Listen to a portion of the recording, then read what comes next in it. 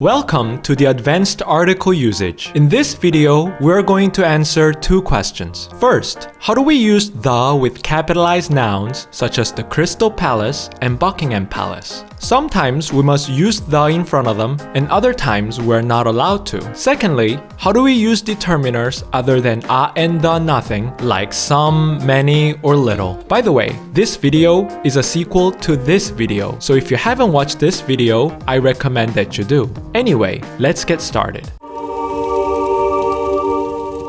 Now, let's talk about proper nouns, which are nouns whose first letters are capitalized, like Tom, Paris, or Texas University. Sometimes it is mandatory to use the word the in front of them, like the Crystal Palace, and sometimes it is wrong, as in Buckingham Palace. So what is the rule governing these decisions? Before getting into the rule, we must understand something first, that the proper noun and the article the are both used to show the definiteness of a noun. By capitalizing the first letter of a noun, one is showing that the noun serves as a definite name for something. Likewise, putting the word the in front of a noun also shows that the noun is referring to something definite. Okay, let's get to the rule. The basic rule is, when something is new and unfamiliar to the English-speaking community, you put the in front of the capitalized noun just to double stress that you're referring to something definite. Later, when the thing becomes familiar to the English speakers, you drop the word the and just call the thing by a proper noun. For instance, when Facebook was first born, it was called the Facebook. Not many people knew what it was, so if you just called it Facebook, people would have been like, what do you mean by Facebook? Like the yearbook? However, today, everyone knows what Facebook is. Hence, people use it without the word the. Similarly, the internet became internet, and the Oxford Road became Oxford. Originally, this rule meant that we can wait until everything becomes familiar to the English, and then drop the on all nouns. However, old grammarians stepped in and declared the usage of their time a rule. Now, some proper nouns have to stay with the forever, and the exceptions became as large as the rule itself. Here are some examples to show you how inconsistent the rules are. For the names of countries like China, India, or Norway, you don't put the in front, but you just have to in front of the Philippines. The names of universities, if they don't accompany the word of, does not have the in front, like Yale University, California State University, and Arkansas Tech University. But look, there is the Ohio State University.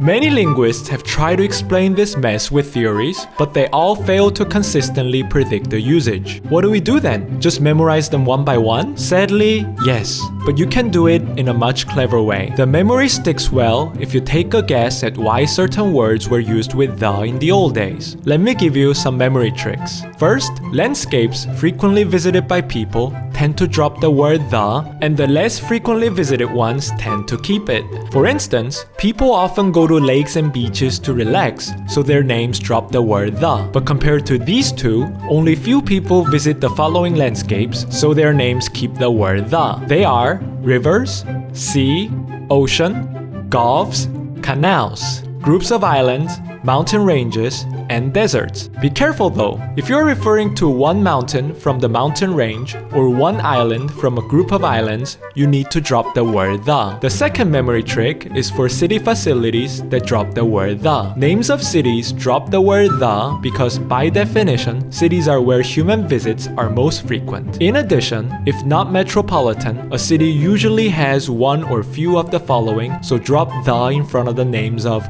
bays, large parks, stations, and airports. Furthermore, North American cities usually go by grid system, so if you know the number of streets and avenue, you know exactly where it is. So drop the word the in front of streets. Finally, there are some categories for which it is impossible to make memory tricks. For instance, names of some hotels keep the word the as in the Hilton, while some hotels don't, as in Amazon Hotel. Such categories include hills, bridges, roads, palace, halls, and theater. Make sure to check on the internet or dictionary for their usage. Alright, don't forget that you drop the in front of people's names. The only time they're used with an article is when you're using someone's name to describe characteristics the person has. For instance, I, Shakespeare, am an amazing writer. So if you tell somebody you are such a Shakespeare, you're calling the person an amazing writer. Time-related names like February, Tuesday drop the word the, and festivals such as St. Patrick's Day and Thanksgiving also drop the word the. Now,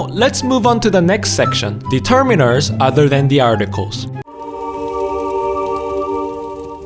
Now, let's talk about how to use determiners that are not articles. What is a determiner? Every sentence needs a noun, and every noun comes with a thing called determiner. Determiners are meant to offer some general information about the noun, as in whether the noun is definite, countable, plural, and so on. Let me list some common determiners and their information. Though boring, there's a good reason to list all of them, so please bear with me. Possessive adjectives such as my, your, his, her, their are used for both countable and uncountable nouns, and they show definiteness of the noun. Demonstrative adjectives this and that are used for singular countable nouns or uncountable nouns. They also show definiteness. Demonstrative adjectives these and those are used with plural countable nouns, and they show definiteness. Definite article the is used for both countable and uncountable nouns, and it shows definiteness. Cardinal numerals such as 1, 2, 3 are used for countable nouns. Multiples such as double, twice are used for both countable and uncountable nouns. Quantifier half is used for both countable and uncountable nouns. Quantifiers such as every, each,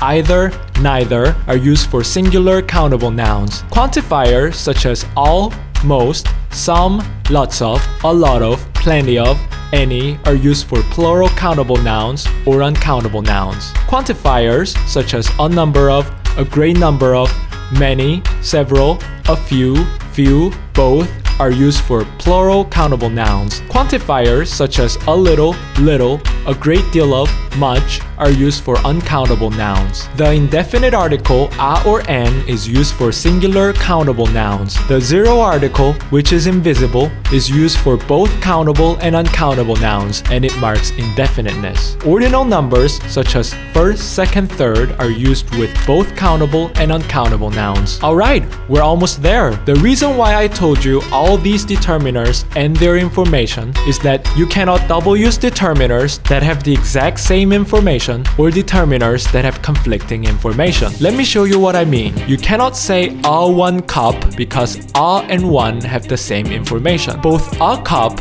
and 1 cup refer to an indefinite singular cup. Likewise, you cannot say my the cup because my cup and the cup both refer to one definite cup. On the other hand, you cannot say a some cup because a and some have conflicting information. While a cup refers to an indefinite singular cup, some cups refer to indefinite plural cups. Okay, let's move on to the second important point about determiners. For each noun, you must have at least one determiner, and if you want more, you can have up to 3. However, when you have more than one determiner, then determiners have to appear in a set order. For instance, the quantifier all is designated to the first slot, while the article the is designated to the second slot. Cardinal number 7 is designated to the third slot. So, you're right to say all the 7 dwarfs, but you are wrong to say the all 7 dwarfs. Here's the order for some common determiners. Alright, this is it for the video. Though there are many other article usage, I think these will be enough for you to get confidently started on the article usage. If you have any questions, ask me in the comment section and hit subscribe for more English lessons. Thank you so much for watching. Please check out the links below for more related topics, and goodbye.